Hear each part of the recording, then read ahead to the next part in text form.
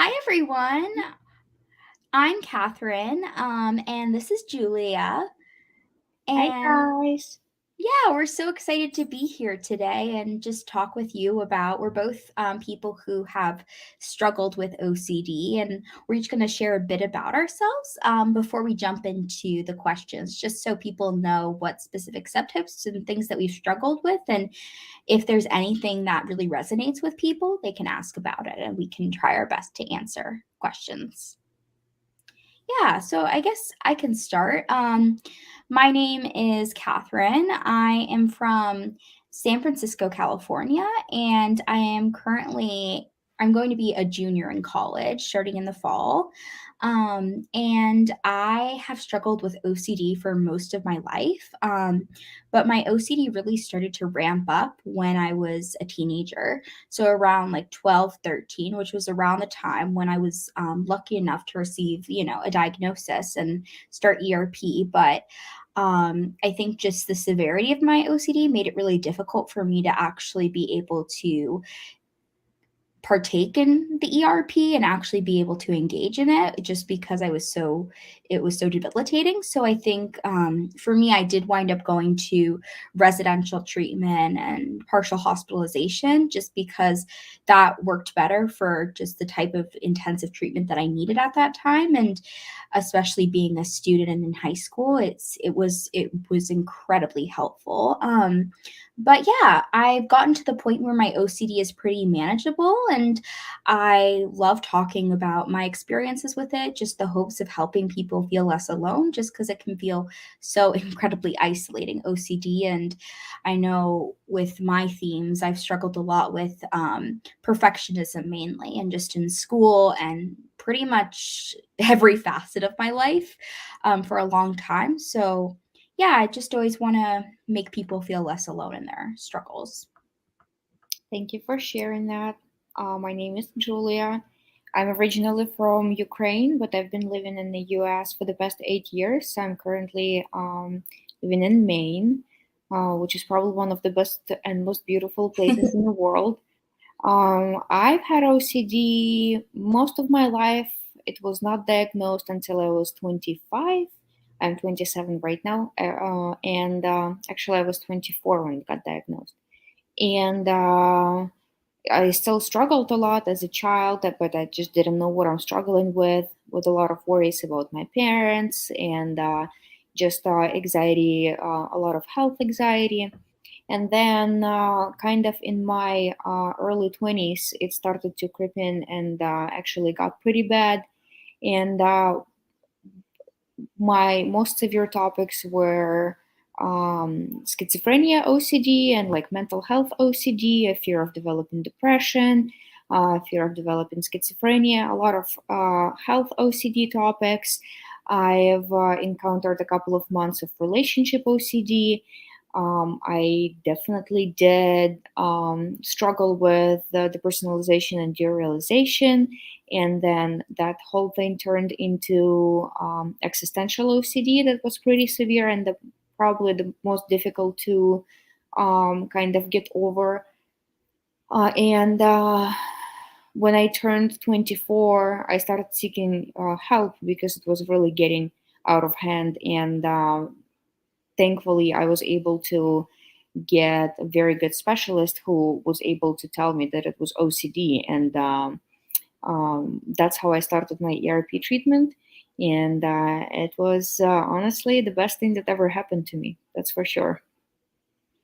Yeah, thank you so much for sharing all that. I think that just especially hearing people and their experiences can be so inspiring, and seeing that even though OCD can put us in such a dark place, it can also get so much better with these incredible evidence-based treatments and just amazing OCD and ERP specialists. Absolutely. Absolutely. It can get so much better. Treatment is so possible. And ERP is just, it can be applied not only to OCD, but to your life in general. And that's very good because once you learn the skill, it just helps you to get better in most of the areas of your life. Definitely. It's so it's so easy to take away so many of the things you learn from ERP. And I think that in the moment, it can be really difficult to see how ERP will actually benefit yourself just because it's, counterintuitive, exposing yourself to the thing that actually scares you. And you're like, wait, why would I do that? But it winds up building so much resilience and just ability to really face any situation that comes your way. And I think a lot of people aren't lucky enough to have that skill, but many of us, due to OCD and ERP, have been lucky to take that skill to a whole nother level. Oh, absolutely, yes, absolutely. I Definitely. agree with that. Awesome. Do we want to start answering some of these awesome questions? Oh, yeah, we have so many good questions. Do you want to start? Yeah, I'll let you choose a question that you like. Okay, let's see. Hmm. Let's see. This one I think is really common. How do you all feel about different themes come up after you've been doing well with one theme? I've had a bizarre thoughts that make no sense, yet bring a sense of fear, borderline delusional thoughts. Yeah. So I think that that's the really tricky thing about OCD is that it can jump very easily. I know with just from one theme to the next, and even within a specific theme, like a certain like pinpoint, or it will like pinpoint certain areas of your life more so than others, and you'll think, oh, this was never an issue, but all of a sudden something does become an issue. And I think, at least for me, just knowing, I understand how discouraging that can be in the moment, especially when you're doing well for so long and you're like, wait, I thought this kind of went away. I thought this was something that maybe, this one theme I tackled, and then a whole nother theme comes out of nowhere. But I think just with that, knowing that the way that you dealt with that one theme can, you can deal with the other theme in that same way, and that it's, although it's like a different theme or different topic, it's not necessarily, you're not going to treat it much different. Um, you know how I look at it? I look at it as a very, very good thing that it's jumping from one theme to another. Why? It shows that you're doing your ERP for one topic in a very, very good way. It shows that you're not giving your brain anything to grab onto. That's why your mind starts searching for other topics, and your OCD is still alive. So it wants to grab on to something else to get your attention and get you back in the OCD loop. Because OCD is weird in a way that it thinks that it really protects you from something. And that's why for OCD, if you're worrying about something, if you're doing compulsions, if you're ruminating, then you're safe and you're protected, and then OCD's job is done. So when you don't really have, when the topic that you were worrying about kind of doesn't really get you triggered anymore, that's to me always a good sign, because it shows that you did a lot of very good job on reducing your compulsions and not ruminating and doing really your ERP to the point where your brain had to shift to another topic. So now it's just a matter of showing your OCD that it's not about the topic, it's about the OCD itself. You're not going to pay attention to topics anymore. You're just going to eliminate OCD altogether at the root. So just keep doing the same thing that you did for your other topics. Keep applying your ERP tools. That's the most helpful thing that you can do.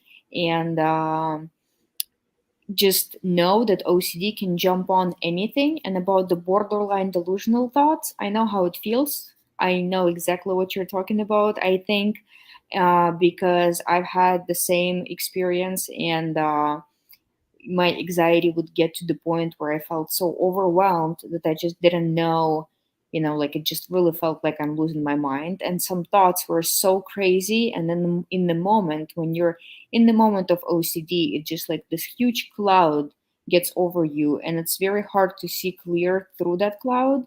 And you just start, your brain just starts racing. So I really understand that it's very difficult and discouraging, and especially if one topic switches to another. But just keep doing the work, because it always gets harder before it gets better. And the content doesn't matter. The thoughts that you're feeling, they don't matter as well, because this is just a symptom of OCD. Your sensations, your images, and anything that OCD is using to present itself doesn't matter. You treat it in the same way. It's OCD. I'm going to live my life, and this crazy neighbor can yell outside. This crazy neighbor, I'm in OCD, and I'm not going to pay attention to that crazy neighbor at all.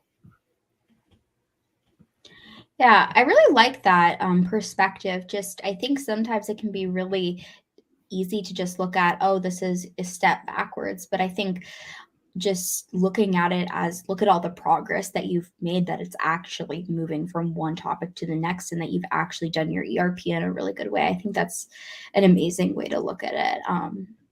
And I think that that can really add so much perspective, and I think direction in your treatment too, especially if it feels like, oh, I'm not making progress, I'm moving from one thing to the next.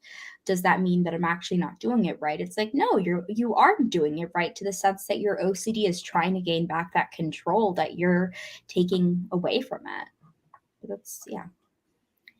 Kathryn, I'm looking at the very first question, and I was wondering if Yeah. you maybe look at that, because I have a few things that I would like to say. Okay, perfect. I'll put that one on. So people say don't answer OCD questions, but mine manifests more as a feeling, having thoughts that I have a certain identity or that I have changed sexualities. How should I handle that? So again, I know, and it's very confusing, because a lot of times when you go on like online to search for OCD, it always talks about intrusive thoughts. But really, OCD can manifest in so many different ways, in feelings, sensations, emotions, in your sleep, in the form of dreams, in all kinds of statements or questions, so many different ways. And if I'm not listing the one that you're having, it doesn't mean that you don't have OCD, again, because it's impossible to list every single way that OCD presents itself, because it's as unique as every person in the world. But I really think that it's important to realize that having feelings and then trying to understand why, it's just like the clear sign of OCD. I feel like for me it's like a classic OCD. I have that too, and I definitely had that when I struggled with my own journey with like depression OCD and schizophrenia OCD. That was a very difficult topic for me, and it also manifested a lot as feelings, like I'm feeling this way. And I really like work of one of the OCD specialists. His name is Michael Greenberg, and I think many people on this webinar mentioned him before. But basically, he presents this whole idea of OCD is not even about asking questions. It's not even about images, but it's mostly about even just directing your attention to the topic that is distressing to you. As long as you direct your attention, you're showing yourself that it's very important. Therefore, it's going to continue to get into this loop, and you, by paying attention to this topic, you're giving it energy. So it doesn't matter how it manifests, whether it's a feeling or a thought or anything else, it's OCD. And you treat it in exactly the same way. You're using ERP tools. You're letting yourself feel all those emotions, and you're not trying to get rid of them. You're not trying to make them go away. You're not trying to make your anxiety disappear. You're just allowing everything to be as is. And just continue, and you continue to apply your OCD, your ERP tools.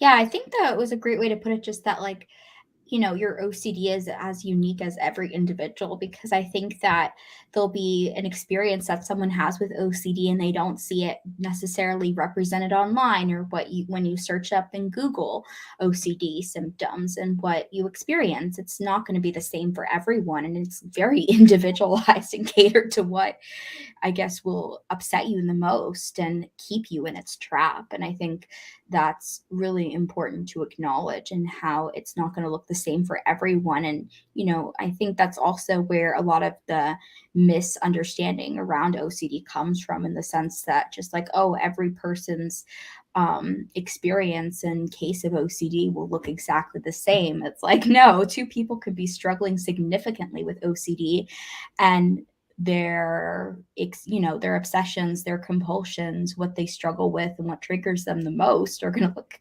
probably completely different. um And but OCD will grab onto that as long as you go online and 99% of the topic that you're experiencing kind of like is similar to like OCD topic described. But if that little 1% or a little tiny chance that if it's not OCD, your OCD will grab onto that and make sure that because you need that certainty, it can deal with uncertainty. So that's why, like, your OCD will go crazy by trying to make you get that certainty for that little tiny 1%. And spoiler alert, we cannot get certainty for anything, 100% certainty. So OCD, um, so that's why OCD gets, keeps growing when we're like trying to analyze and do mental rituals and do compulsions, because it gets the food all the time, and it keeps getting stronger and bigger and bigger. And ERP is the best tool to help you learn how to live with uncertainty and be okay with that and be happy with that and let go of some things that you don't really have to pay attention to. yeah, definitely. And I think that with like OCD, there's also that idea, if you're looking online about what OCD is, and if something that you're experiencing doesn't exactly match it, and you're like, wait, but this feels like OCD, but no one's experience doesn't necessarily match it, then that can really further these obsessions even more, and people start then Absolutely. experiencing like meta OCD. So OCD about having OCD. Wait, am I actually a bad person, or do I actually have OCD, or am I just a bad person experiencing these thoughts? And am I actually wanting to act on these thoughts and desires if it feels like it hasn't been really talked about related to the diagnosis of OCD? Yeah. Okay, let's see.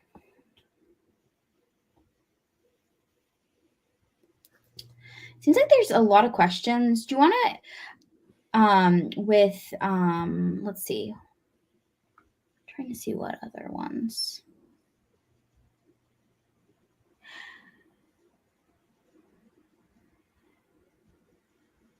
Do you see any of that? Which one? We can cover the sensory motor OCD. Okay, perfect. Yeah, awesome. Hi, Amanda. Thank you very much for your question. I can start if you don't mind. Yeah, that's perfect. Again, it's the same thing with this topic of OCD, at least in my opinion. And I've been through that as well with sensory motor OCD. And for me, when I try to think about it as much, I kind of came to a conclusion that sensory motor OCD is not actually a fear of, um, like counting your blinking or whatever. It's about being aware of that for the rest of your life. And that's aware of just like a regular sensations in your body that people have, and being aware of them for the rest of your life. That's like the scariest part. And again, when you have like a fear like that, what you're trying to do, you're trying to get certainty that it's not going to happen. Therefore, you're trying to make uh, come up with different stories, or that like to understand why it's happening, or you're trying to do a lot of rumination to kind of analyze what's happening to you, or maybe you're doing some kind of compulsions to reduce your anxiety. But again, all those steps that you're making, they just make your OCD worse. So the best thing that you can do is to really apply your ERP tools, and no matter how OCD presents, even if it's a motor OCD, sensory motor OCD, it really is important to start kind of like trying to live your life no matter how hard it feels and no matter how fake it feels. Really try to live your life as though you don't have OCD. Don't let it interrupt your day. Don't let it change your plans. And if, for example, you're aware of your blinking every single second of your day, then, just be very sarcastic with yourself and say, well, yeah, I guess then I'm going to go to work and I'm not going to be working for 8 hours. I'm just going to be counting every blink that I had. And that's how it's going to be. And that's it. And I'm always going to be aware of that. And you know what? Well, I guess that's what I'm going to have to do, and just be very sarcastic with that, while still trying to, no matter how hard it feels, to just still keep living your life, and don't make any changes to your routine, because the more you do it, the more you show to your brain that this topic is very important to you, and you really need to work on that, and you really need to think about that, and you really need to find that certainty. The more you do that, the worse OCD gets. So it's really, again, the same ERP tools, applying same ERP tools. And if you can't really sustain this like kind of like ERP process for a very long time, then try to break it down in smaller increments of time, and just really, even for like 5 minutes at a time, because I know that it can be so hard to just wake up in the morning and just say, I am not going to do any compulsions or any ruminations, or I'm not going to direct my attention to this OCD topic for the rest of the day. It's just impossible, because we taught our brain to think in this way and to pay attention to those things. So it's very hard to just go from 0 to 100. So by starting in very small increments of time and just saying to yourself, okay, I have 5 minutes. For the next 5 minutes, every single time a thought or a feeling or urge or anything else that comes up about my topic, I'm just going to say in my mind, this is OCD, no matter how it presents. I'm moving on, I'm living my life. A second later, it's going to come back again. And you do the same thing. And you keep doing it, and you keep doing it, and you keep doing it. And at first, it's going to be so hard, and it's going to feel very difficult, and it's going to feel like it's not working. But again, it took you some time to get into this anxiety OCD state. So it's going to take some time for your brain to unlearn all those pathways and get into a normal healing kind of period of time when you start to get better. Yeah, I think that it can be really difficult. This kind of is like the perfect segue to another question I saw. Um, is kind of that like idea of knowing like how do you know the difference between a gut feeling and what is OCD? I think that it can be really difficult in those situations, like to really separate. Because I mean, I think in those situations, like at least I know with my experience, it can be really difficult to determine, oh, what's something that I just genuinely feel and am experiencing and is bringing me some distress versus what is something that is just entirely manipulated by OCD. And I think that there are a lot of things I know, especially having a majority of my OCD in like my teenage years, there are a lot of things that are just a part of adolescence and just questions that people have and just that uncertainty and just trying to figuring yourself out in your relationships if you're in one, significant others. I know that that can be really really difficult, and I saw some other questions mentioning also the questions surrounding sexuality. And I think for a while, at least with me, I was automatically like, oh, it's OCD, it's OCD, just because it felt very similar. A lot of these questions and a lot of the uncertainty and just kind of the distress that it can sometimes bring can feel very similar to OCD.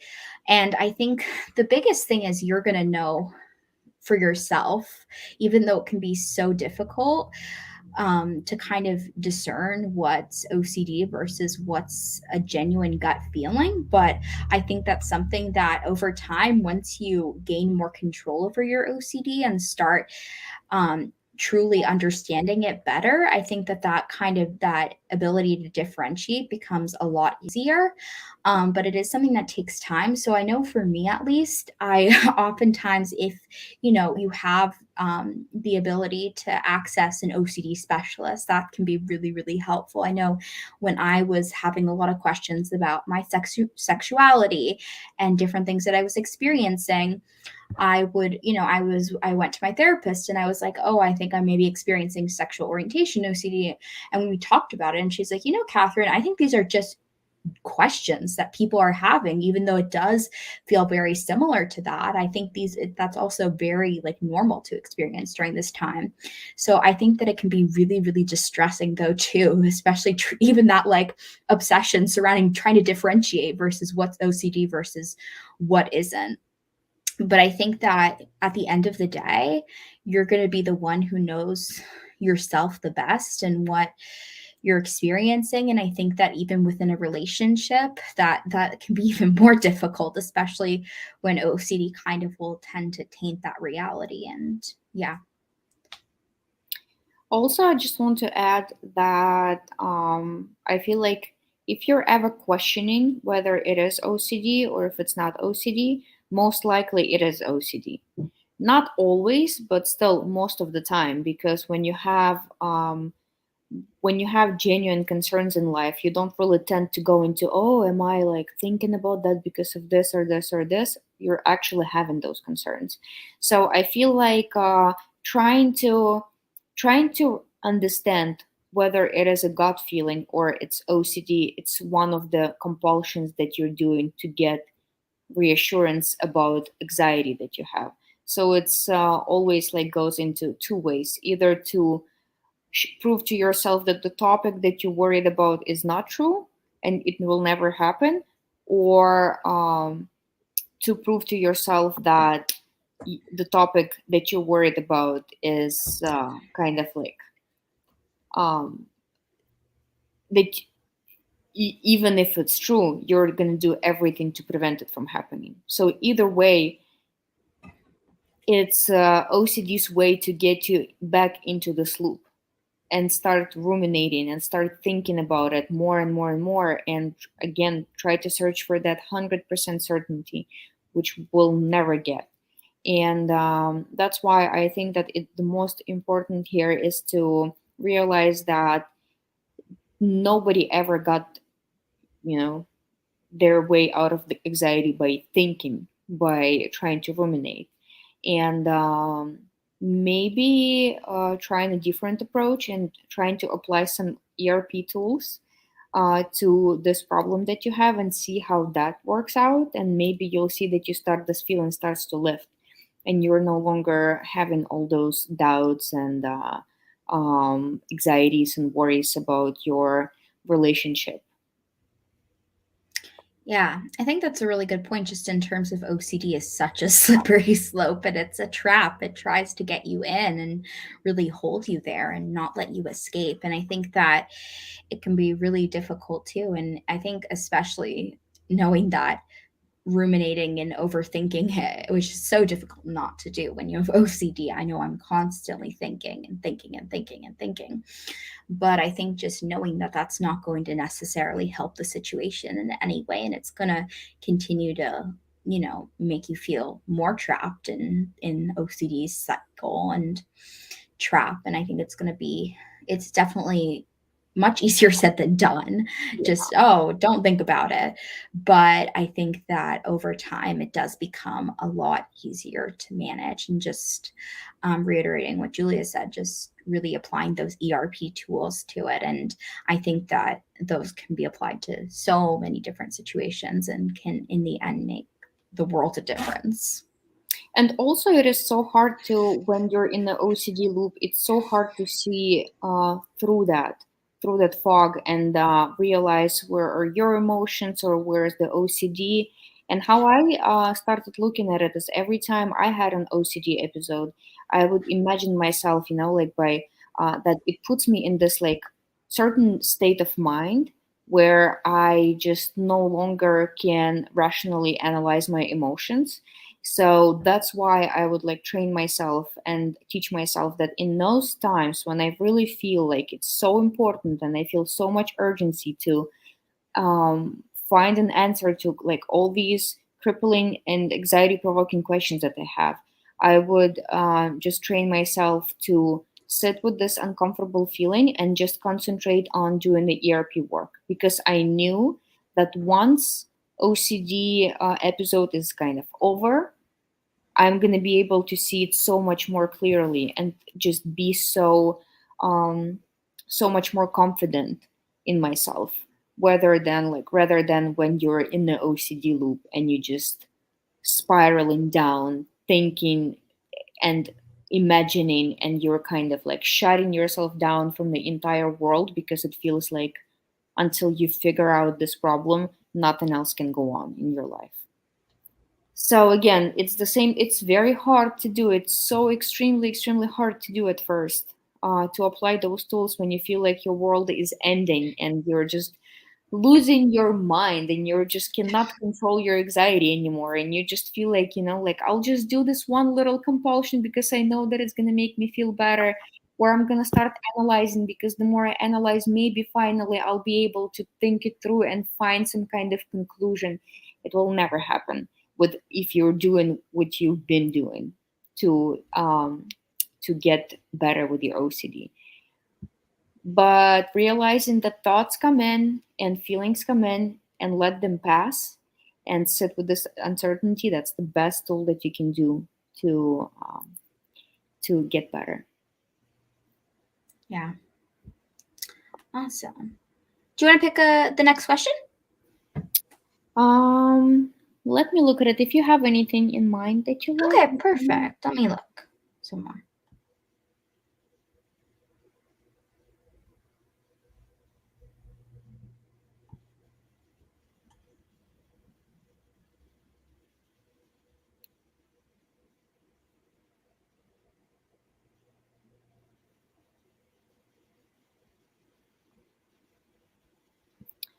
We can do Matthew Underwood, Okay, awesome. 805. Yes. Going through schizophrenia OCD right now. It's so much. It's so painful. Again, the tools that I used the most were just, no matter how hard it felt, is to really try to apply my new ERP skills that I learned and really sit with anxiety and just what was really helpful, again, as I repeated before, is to really start slow. And not only when I talk about hierarchy, for me, hierarchy, it's not only about going from like less anxiety to more anxiety provoking topics, but also from smaller increments of time to larger increments of time. So I look at the hierarchy in kind of like different dimensions. And really, one thing that was very difficult for me was to realize that I'm not going to be able to answer that question in my head. I'm just going to have to sit with anxiety and see what happens. I'm just going to have to sit and think, maybe I'm losing my mind, maybe I'm hearing voices, maybe something else is going on, and think about all kinds of scenarios or how things can go wrong, and just don't do any compulsions. One thing that was the number one for me was online research, and that was the most important thing that I had to do, is to eliminate that online research completely. No matter how difficult it felt, or no matter how much doubt I had to be very diligent with not going online and trying to research that information, because it's not going to make you feel better. It's only going to open up this door for extra anxiety, because if you go online, like you can probably I don't know, type in my nose it's itching, and it's going to tell you that you're dying from brain cancer. if you if you do the same thing for OCD or for schizophrenia or for anything like that, it's just going to give you so much. I remember um reading something like, like if you want to sleep a lot, like you have like this, and this, And I was just like, oh my God, I'm dying, probably because like I slept like 9 hours, not 8 hours last night. That's it. And it felt very real. And now I'm able to laugh about it because I just understand that it sounds so silly, but in the moment it was just so painful and so hard.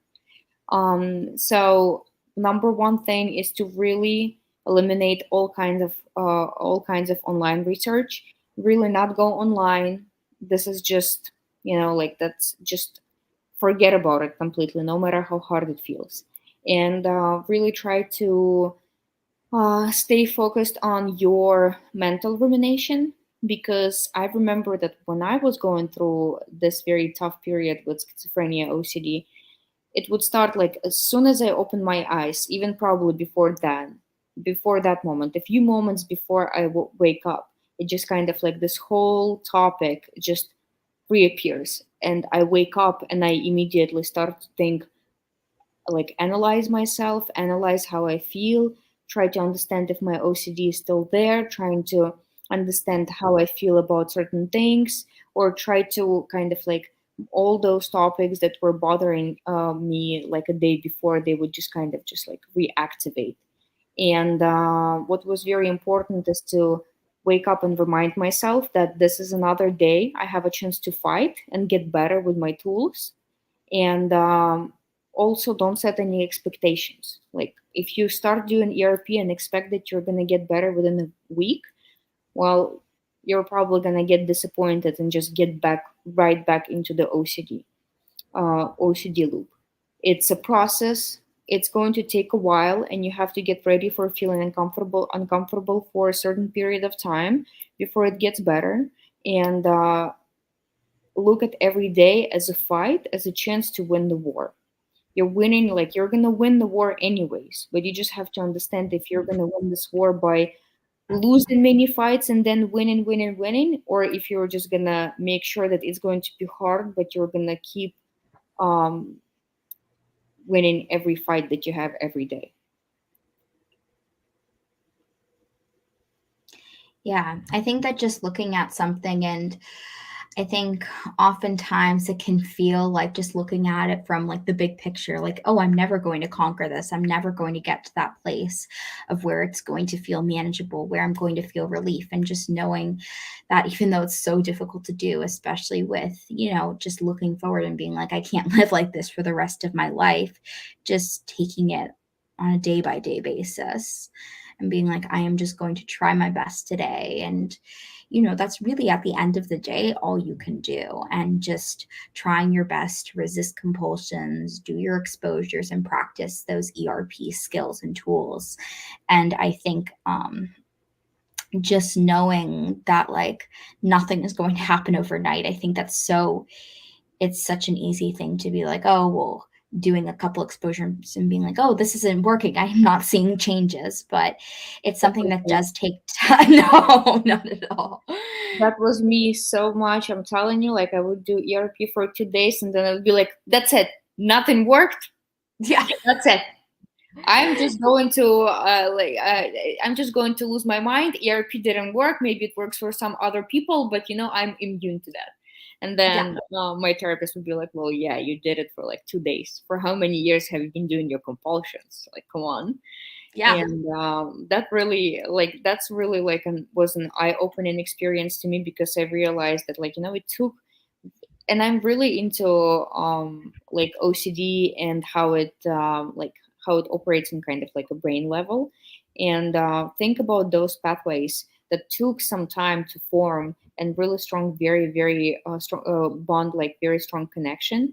And there is this very famous expression about neurons that fire together wire together. So while you were doing a lot to you took a lot of time to really really really form those connections, and now it's just not gonna stop overnight. You need to put some effort and some work into unwiring those connections and making a new one that will be like, oh, I have this trigger thought about OCD, and the new brain connection will be like, oh, it's just the OCD, I'm gonna disregard it. But it's going to take some time to rewire one connection and then build another one. And it's very possible. Neuroscience says it all the time. We can really work our brain and do some nice neuroplasticity to our minds, which is amazing. And the best way to do it for people that have OCD is through ERP. And I definitely believe in you. If I was able to get through it, guys, anyone can. Definitely. I think that when you've seen the worst and gotten to the place of getting so much better and being able to live your life, you're like, it really is possible. Especially, I know for a while in my treatment, I was so doubtful. I was like, this is not going to work. How am I going to get to the place where this is, consuming every single part of my day to a point where I can actually feel a sense of relief and still experience the OCD, still experience these thoughts, but not let it control me in just the way that I live my life. And I think, getting to that place and actually seeing that progress is like, it's so rewarding. Like, I think that's probably one of Motivating. the best feelings, like just being like, I know for me looking back and being like, oh, this was something I would have never been able to do, but now it's something that I don't even really think about anymore. And like just that whole experience is like, wow, it's really, really possible. And this really, really works. And yeah, I think it's the case with so many people. Yeah, like Matthew, before my like OCD recovery with schizophrenia OCD, I never thought that I could ever watch American Horror Story season 2. And now, honestly, it's my favorite show, and I watched it and I'm like, oh, that's pretty fun. It was a little triggering at first, but now I feel stronger and better. So definitely, it's very, very possible. Definitely. And I think that it just makes you see, I mean, and that's kind of how ERP can then apply to all other areas of your life, is just seeing like, wait, something that feels so impossible is actually so possible if you put in the work and you have that commitment to whatever you're doing.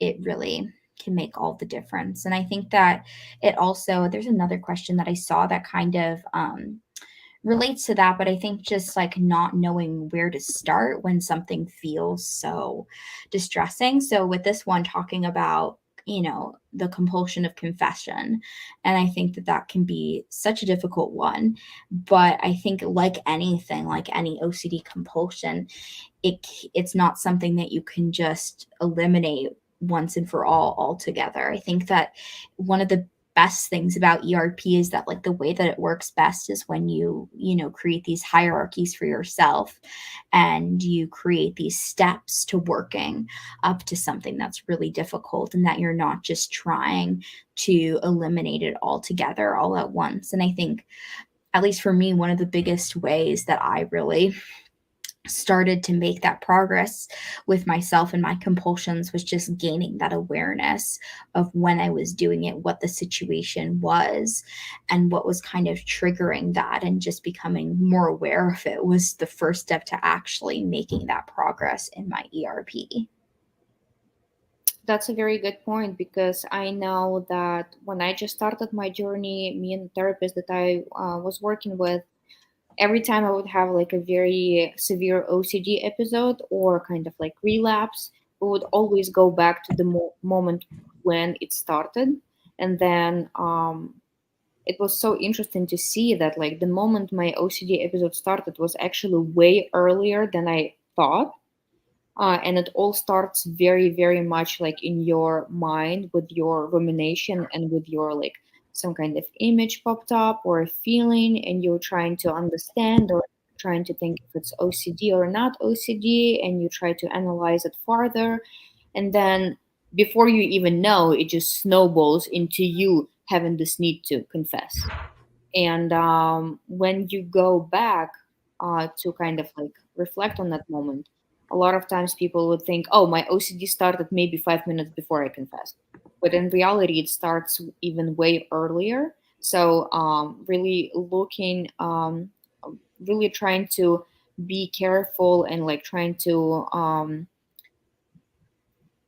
look at your thinking patterns and be able to and teach yourself to stop right earlier, that's the best way to prevent it from kind of like spiraling down, because the bigger your OCD episode gets, the harder it is to stop. You kind of have to ride this wave and just deal with anxiety and get over it.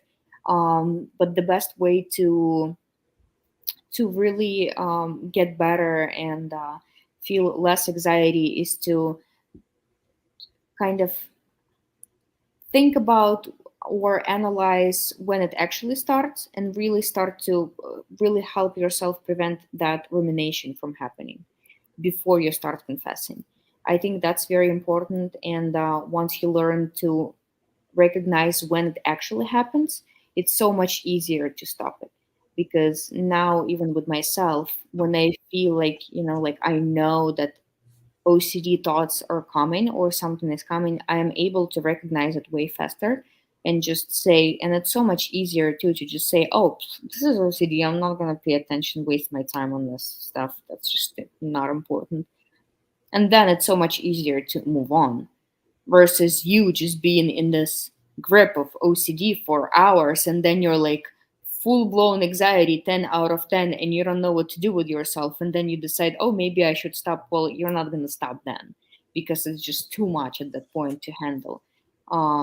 So that's one of the, but again, if you already got to the point where you got yourself overwhelmed and you did some compulsions, also don't really blame or beat yourself up for that, because it happens, and relapses happen all the time, and recovery is not linear at all.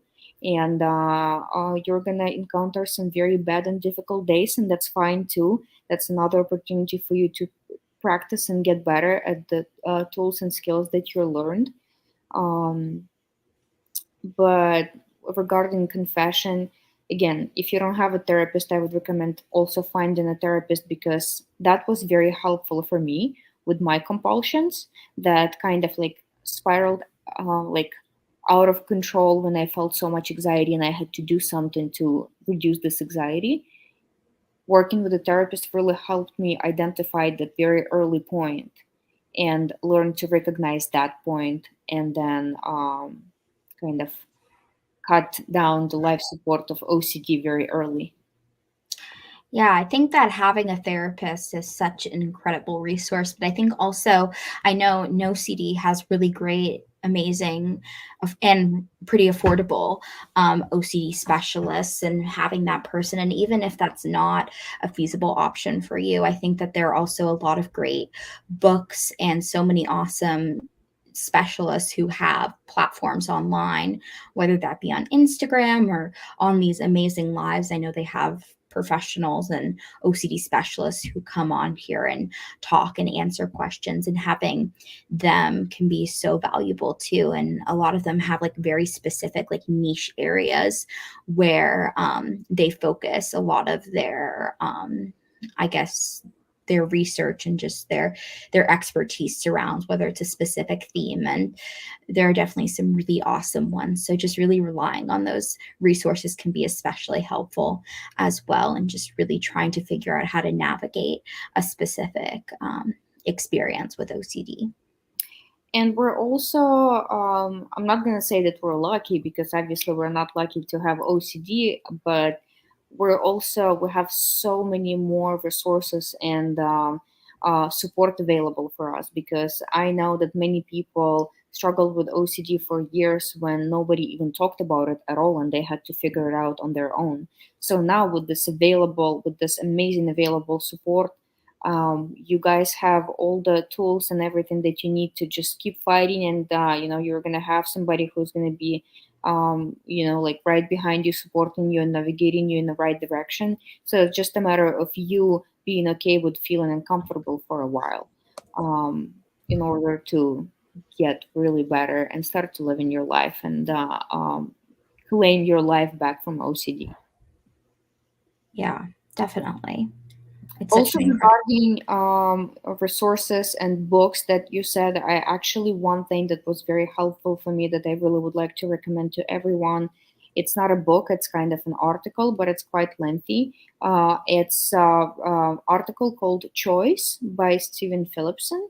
He's an amazing specialist that works with OCD, and he's been working for many, many years. And this article really breaks down this whole idea of our feelings and our thoughts and how it's just great. I'm not gonna spoil it for you. You guys read it and then you let me know what you think.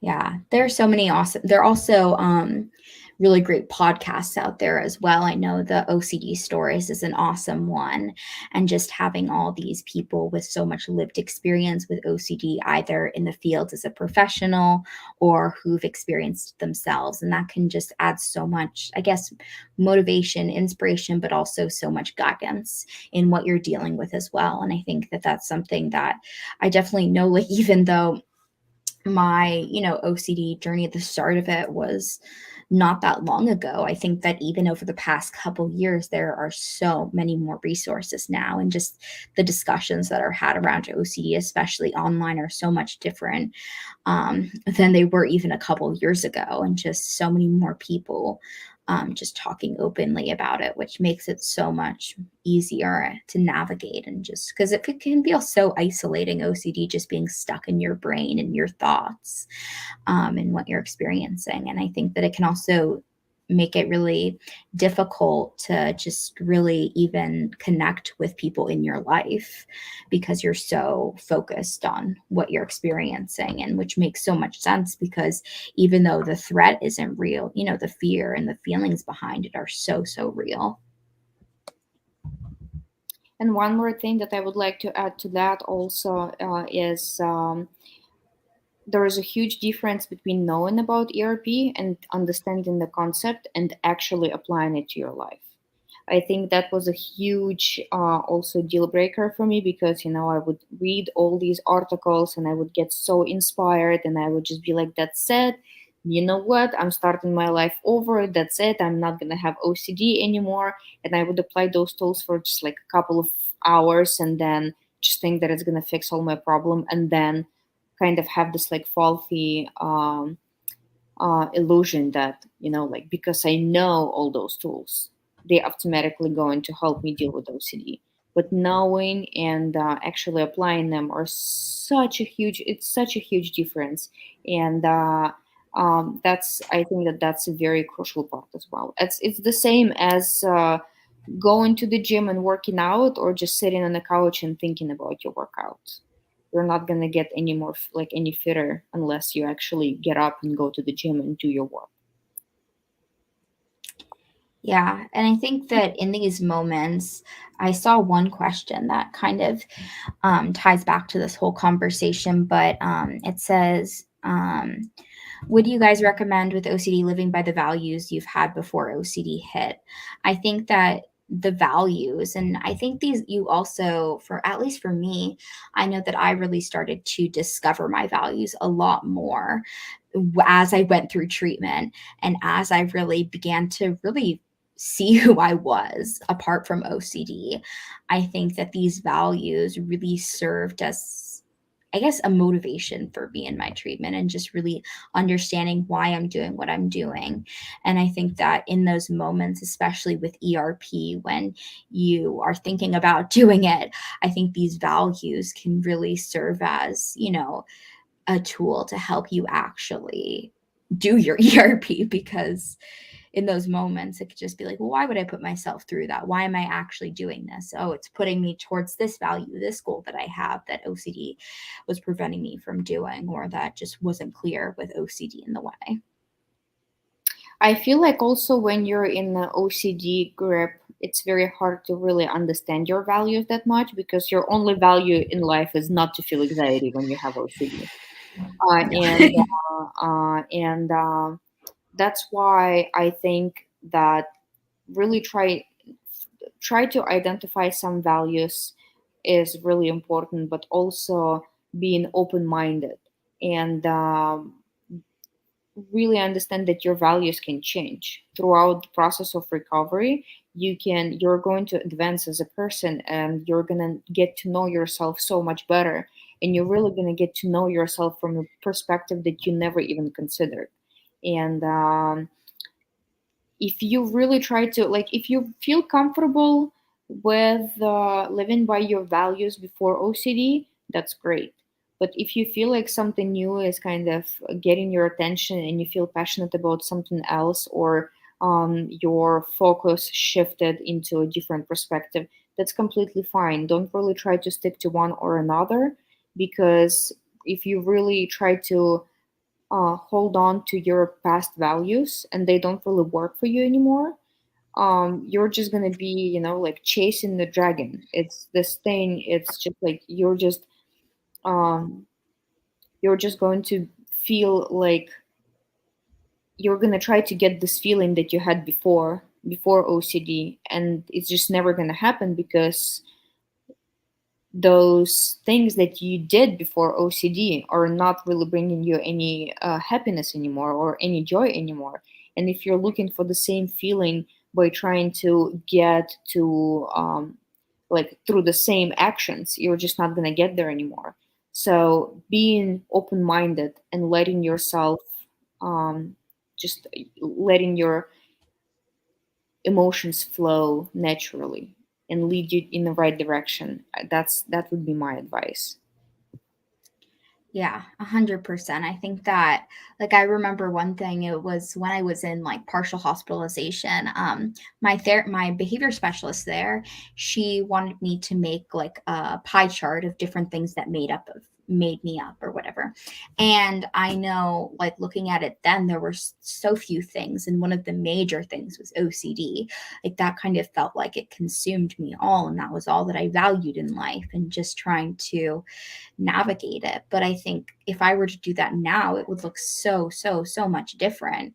And just knowing that, like, during recovery and through recovery, what is your life is going to change so much. Like, there were things that I thought I wanted during recovery and just in life, which I'm like, no, that was just OCD. That was something that I felt I needed to protect myself from OCD, but it actually serves no purpose at this point in my life and isn't something that I actually want or value or desire. Oh, exactly. Yeah, I really agree with that. Like me before my OCD recovery is kind of like I would really concentrate on certain things, and they would be so important to me and they would give me some kind of satisfaction in life. But after I've gone through my recovery process and then tried to get the same feeling of pleasure from activities that I used to enjoy, and they wouldn't bring me any more joy, it kind of also took me for a spin, because it's like, oh my God, I'm not back to normal. Like, Yeah. I'm still not, like, and then learning that you're never going to get back to that normal. First of all, because it was not normal, you were struggling with OCD. Second of all, because you evolved as a person. Now you have, like new fields to conquer and so many beautiful things to discover in your life. And some other things are just not relevant to your life anymore. Definitely. And I think that can be really scary and alarming too, being like, oh, I'm not, that whole idea of, no, I'm not better. I'm not back to who I was before. And like the hard truth is you're probably not going to be that person, because even though OCD wasn't necessarily, dominant in your life to the point where it controlled every single point of your day before, it was still probably there in some way, shape, or form, and having some type of impact, even before it became all consuming. So I think just knowing that change in who you are and just isn't a bad thing too. It really shows the progress that you've made, and that you're able to continue changing and evolving as an individual apart from like the the shackles of OCD. Yeah, and that's why I think that, like, kind of trying to get back to normal from OCD to your normal self before OCD is this like whole notion of chasing the dragon. You're trying to get back to this thing that, like, it's such an it's it just it's just like behind you. It's in the past, and you have to understand that you're going to form a new normal life, a new normal self, and there's a good chance that you're gonna enjoy your new normal self way more than you enjoyed yourself prior to OCD recovery. Oh, 100%. But it's so, so worth it. Also, being able to figure out who that new self is. It's Yeah, really exciting too. yeah. Yeah. So I think that kind of wraps us up for tonight then. I just want to thank Julia for being on here and all these amazing questions. I know we didn't get to some of them, but I hope that we provided you with some insight to hopefully help you to move forward and know that you can do this. Oh, yeah, absolutely, guys. I was so happy to be here, and I hope we were able to answer some of your questions in a very helpful and meaningful way for you. And I hope to be back, and we'll just keep fighting, and we're gonna win Yeah, this. We're gonna win this war for sure. definitely. Have a great night, everyone. Have a good Bye. night, guys.